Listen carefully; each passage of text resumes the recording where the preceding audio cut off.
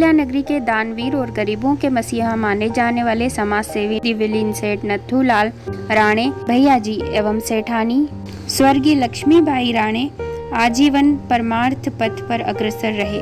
World express आज यादों के झरोके से कभी कभार प्रसारित स्तंभ में वरिष्ठ कवि नरेंद्र कुरिल साहिब जो राणे परिवार के दामाद है उनके संस्मरण प्रसारित कर रहा है। हम अपने दर्शकों को बताते चले सेठ नथुलाल के सुपुत्र मदन राणे वरिष्ठ पुलिस अधिकारी रहे हैं और उनकी सुपुत्री चंद्रा कुरिल वरिष्ठ कलाकर्मी हैं। आपकी प्रतिक्रियाओं का स्वागत है। हमारे बीच आज उपस्थित है नरेंद्र कुरिल जी साहिब। हम आपको बता रहे हैं कि पुराने जो बुजुर्ग होते थे वो किस तरह से उनका आदर्श जीवन होता था। ये पारिवारिक कहानी आपको बहुत अच्छी लगेगी और आपके लिए प्रेरणा का स्तंभ बनेगी। हमारे साथ में चंद्रा कुरिल जी भी हैं। कुरिल जी, आपका स्वागत है वर्ल्ड एक्सप्रेस चैनल में। हम जानना चाह रहे थे कि आपके ससुर जी बड़े नामवर रहे, सेठ नथुलाल जी उनका नाम रहा और उन्होंने काफ़ी समाज सेवा की, तो आप उनके बारे में क्या बताना चाहेंगे हमारे दर्शक? मेरे ससुर नथुलाल जी राणे बहुत ही सहज सात्विक आदमी थे और बड़ा सरल स्वभाव था। सदाचार उनका जीवन था। किसी के झगड़े में नहीं पड़ते थे। सदा अपने समाज के लोगों को मदद करने की कोशिश करते थे। अगर किसी के पास में ब्याजुना लेन देन का धंधा करते थे, यदि कोई गरीब के पास में कोई ज़रूरत पड़ी और वो कुछ रख नहीं सकता था तो भी वो उसको ऐसे उधार दे देते थे कि जब तेरे पास आए तो दे देना।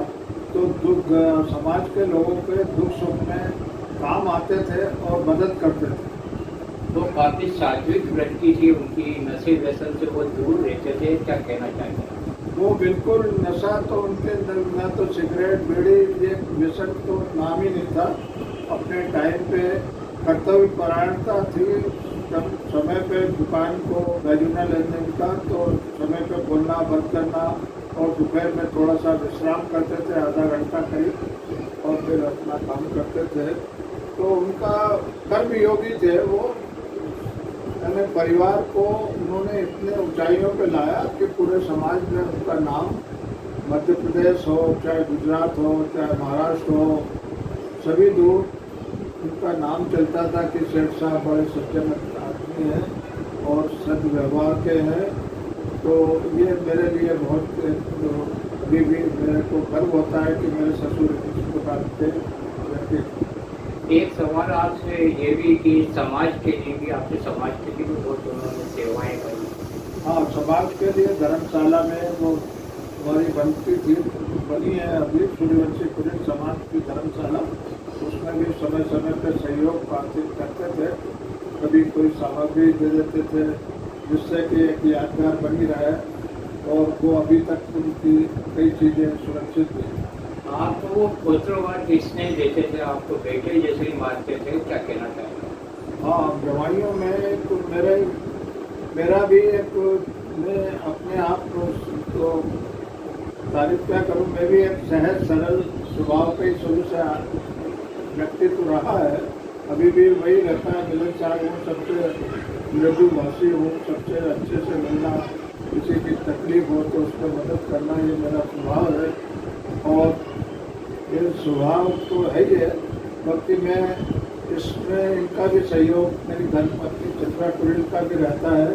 बिना इनके पूछे मैं कोई ऐसा कोई बड़ा काम हो तो जरूर इनकी राय लेता हूँ, छोटा मोटा काम अभी करता हूँ।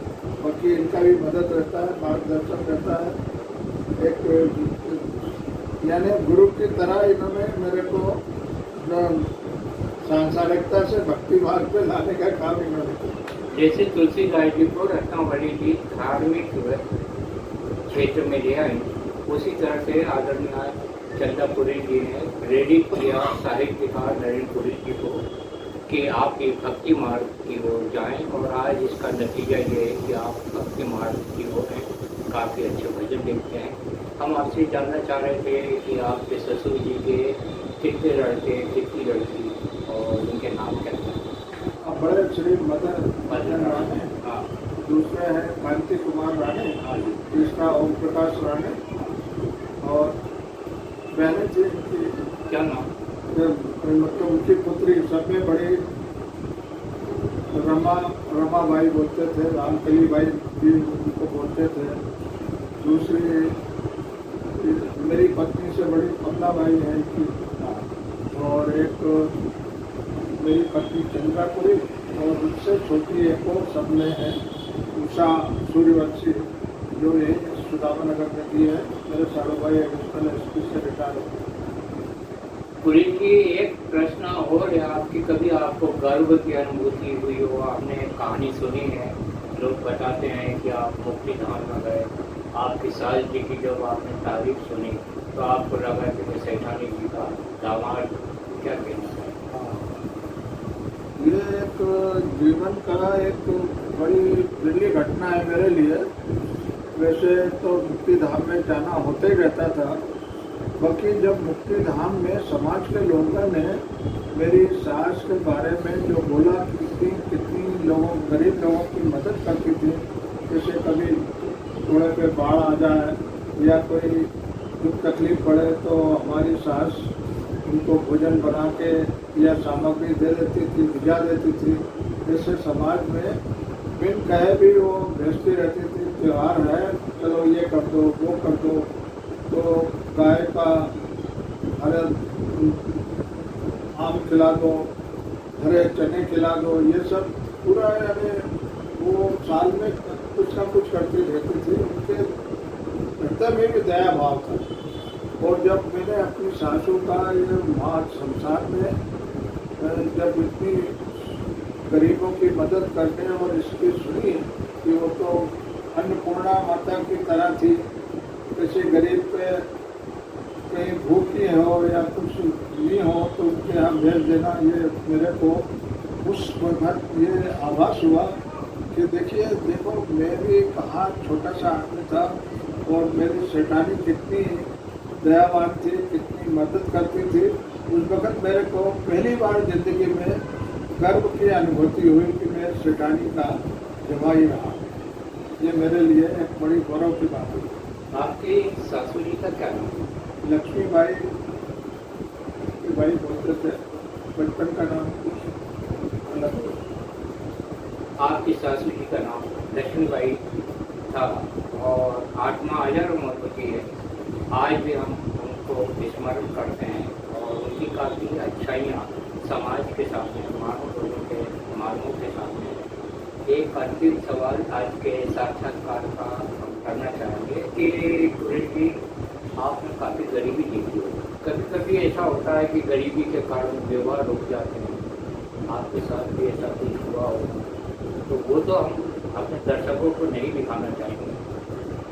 कभी कभी क्या रहता है, गरीबी अविश्राप नहीं होती, वरदान बन जाती, तो आपके लिए गरीबी वरदान बन गई, ऐसा हमें लगता है। आप क्या कहना चाहेंगे? गरीबी एक प्रकार से परीक्षा पास करने की एक स्टेज होती है। अगर गरीबी से निकला हुआ आदमी है तो उसको अहंकार कम आएगा या नहीं आएगा, और अगर वो अपनी जड़ को भूल जाएगा तो उसको अहंकार आ जाएगा।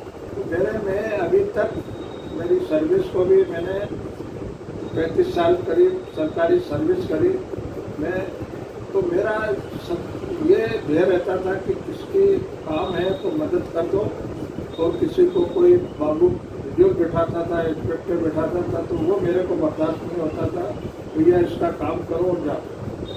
ये एक कर्तव्य प्रणालिता मेरे में ज़्यादा रही कि मैं सवाया काम करने की कोशिश करता था दूसरों की अपेक्षा, क्योंकि अपने पीछे कोई सहारा नहीं था, कोई सपोर्ट नहीं था, तो अपने कर्म के बल पे ही अपने को आगे बढ़ना है, और वो प्रभु ने उसको निभाया। और मैं जिला आबकारी अधिकारी, फिर असिस्टेंट कमिश्नर, फिर डिप्टी कमिश्नर हुआ। तो ये जो मैंने ऊपर जिस दिन मैं डिप्टी कमिश्नर हुआ तो मैंने सोचा कि मेरा टारगेट पूरा हुआ, तो उस दिन मैंने ये भाव आया, I have achieve the target, ऐसा हाथ करके मैंने डिप्टी कमिश्नर हुआ उस दिन। और कुदरत की बात है कि मेरा एडिशनल कमिश्नर का भी मैं सीनियर होने से हारा था। फिर मैंने उसको अपने जल्दी से मतलब हेड ऑफिस में बैठना और ये करना मेरी आदत नहीं थी, तो मैंने कहा वहाँ बैठेंगे तो उसको मैंने खोल दो कर दिया। मैं भ्रमण करना और दौरा करना, मेहनत करते रहना, ये मेरा एक पसंद ज़्यादा था, इसलिए मैंने उसको। नेगी शर्मा जी की ओर से एक सवाल आया, आपने भी काफ़ी संघर्ष किया जीवन में, जहाँ तक जानकारी में आया कि आपकी माता जी आप जब छोटे थे तब स्वर्गवास हो गए। हाँ, वो मेरा कोई याद भी नहीं है, ना सूरत याद है, ना कितने साल हो गए। वो तो मैं 4-5 साल का होंगे ज़्यादा से ज़्यादा। तो बाढ़ आई थी रानीपुरा में, तो उस बाढ़ में बीमार हुई थी, सुना फिर क्या हुआ, फिर नहीं रही। तो मेरी जो सौतेली माँ थे बनी पालन पोषण में आ गई। किस्मत बड़ी होती है। नरेंद्र कुरेल जी ने काफ़ी संघर्ष जीवन में किया और इसके बाद में मुकाम पर ये पहुँचे, मंजिल इनको मिली, सास ससुर भी अच्छे मिले, पत्नी भी अच्छी मिली, बच्चे भी अच्छे मिले। तो जो इस कहानी को देख रहे हैं, इस अच्छी कहानी समाज को प्रेरित करती है और आंदोलित करती है। और हम आपको ये जीती जागती कहानी बता रहे हैं कि हमारी आदरणीय भाभी जी चंदा कुरेल जी ने अपना मार्गदर्शन देकर नरेंद्र कुरेल जी को महान से महानतम बनाया। हम धन्यवाद देना चाहेंगे चंदा कुरेल जी को कि उन्होंने बहुत अच्छा कार्य किया है। जो भी दर्शक इस कहानी को देख रहे हैं वो भी अपनी पत्नी का कहना माने। हमारे नरेंद्र कुरेल जी हमारी आदरणीय भाभी जी को अपना गुरु मानते हैं। आप अपनी पत्नी की इज्जत कीजिए, बहन की इज्जत कीजिए, सास ससुर की इज्जत कीजिए, माता पिता की सेवा कीजिए।